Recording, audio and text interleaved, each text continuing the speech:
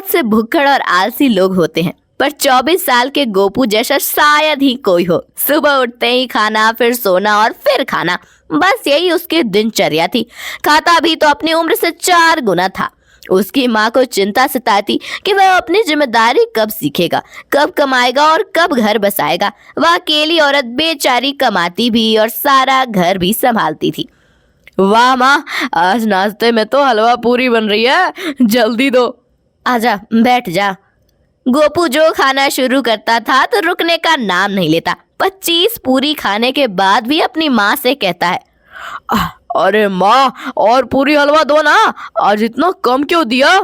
बस कर बेटा, देख वजन कितना बढ़ गया है। जितना खाता है उतना काम भी तो किया कर।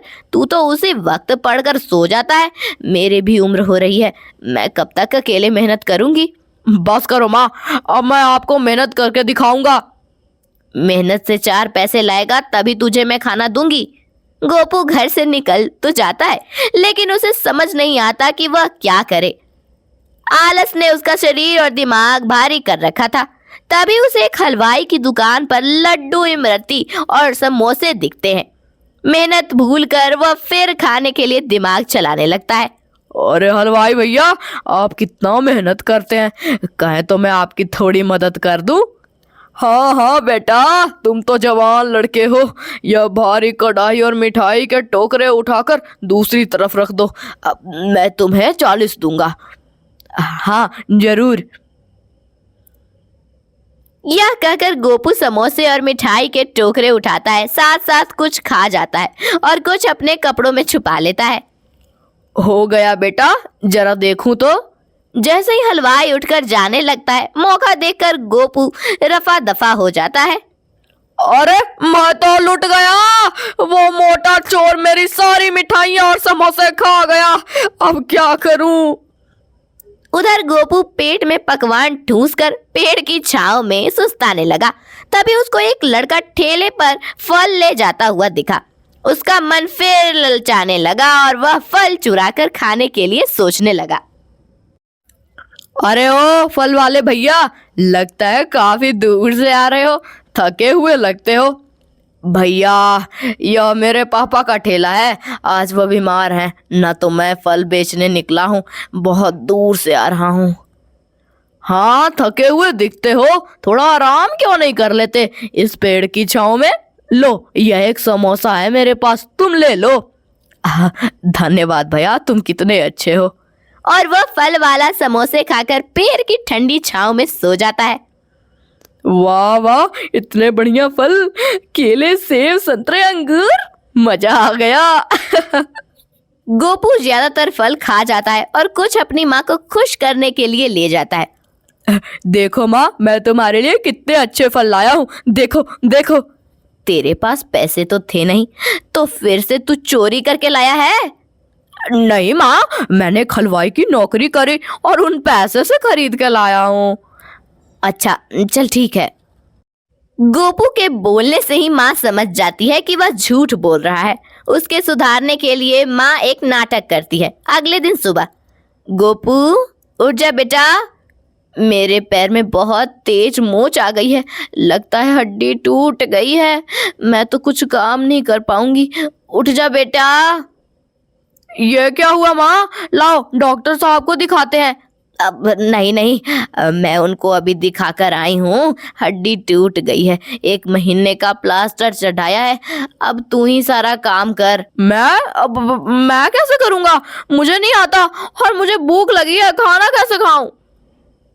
तो तू जाकर बाहर से चुरा कर खा ले। मेरा क्या, ऐसी भूखी मर जाऊंगी, तेरी तरह आलस का तो नहीं खाऊंगी। तू अपनी माँ को 2 रोटी नहीं दे सकता। गोपू बहुत शर्मिंदा होता है और अपनी माँ से कहता है, माफ कर दो माँ, आप जैसा बताती जाओगी मैं वैसा करने की कोशिश करूंगा। हाँ ठीक है बेटा, जा पहले भैंस का दूध निकाल कर आ, थोड़ा घर में रखकर उसकी चाय बना और बाकी शंभू डेयरी वाले को बेच कर आ। गोपू तो कभी वह काम करने गया नहीं था। जब वह भैंस की तबेले में घुसता है तो हाय हाय, कितनी तेज बदबू है गोबर की। अब भैंस का दूध तो निकाल कर ले जाना ही होगा। जैसे ही गोपू भैंस के पास बाल्टी लेकर बैठता है तो उसके मुंह पर जोर से भैंस की पूंछ लगती है। अरे मर गया, ये क्या मुसीबत है, कितना मुश्किल काम है यह। फिर वह सोच में पड़ गया। मुझसे एक बाल्टी भी दूध की निकालने में कितनी परेशानी हो रही है। बेचारी माँ तो रोज कितना दूध लेकर जाती थी।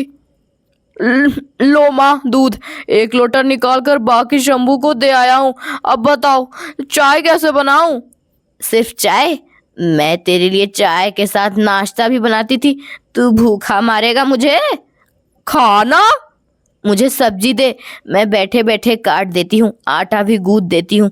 तू रोटी सब्जी बना, मैं बताऊंगी। बेचारा गोपू इतने खाने के काम में कभी तो वो हाथ जलाए और कभी चूल्हा की बुझा दे।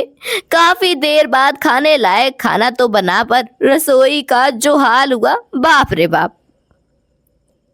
खाना ठीक ही है, अब जा पहले पूरी रसोई साफ कर, घर साफ कर और फिर पीछे आंगन में जाकर कपड़े धो और बर्तन साफ कर दे। बेचारा गोपू की आंख में आंसू आ जाते हैं। आज खुद मेहनत करने की वजह से उसने पहली बार सिर्फ 6 रोटी खाई थी। सारे काम करने में दोपहर हो जाती है। माँ के बताने पर फिर से चूल्हे पर खिचड़ी बनाता है। दोनों खाकर थोड़ा आराम करते हैं। शाम को उठते ही माँ कहती है, जा गोपू, बड़े बापू के यहाँ फैक्ट्री के डब्बे बनाने का काम है।